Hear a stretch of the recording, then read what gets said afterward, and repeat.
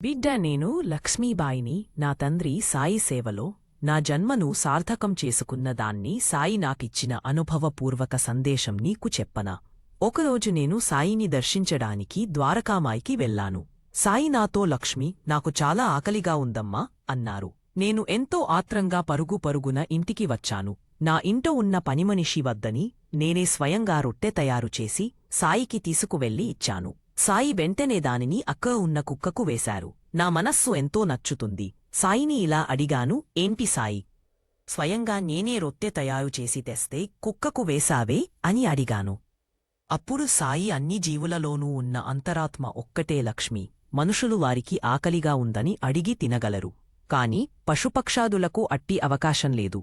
ఆకలితో అలమటించు ఏ జీవి ఆకలి తీర్చినా నాకు నైవేద్యంతో పెట్టినట్టే అని సాయి నాకు బోధించారు. అన్ని జీవులలో భగవంతుడు ఉన్నాడు అని సాయి నాకు స్వయంగా అనుభవపూర్వకంగా తెలిపారు. కాబట్టి బిడ్డ, లేవు కూడా తప్పకుండా సాయి మాటను అనుసరించాలి, సరేనా?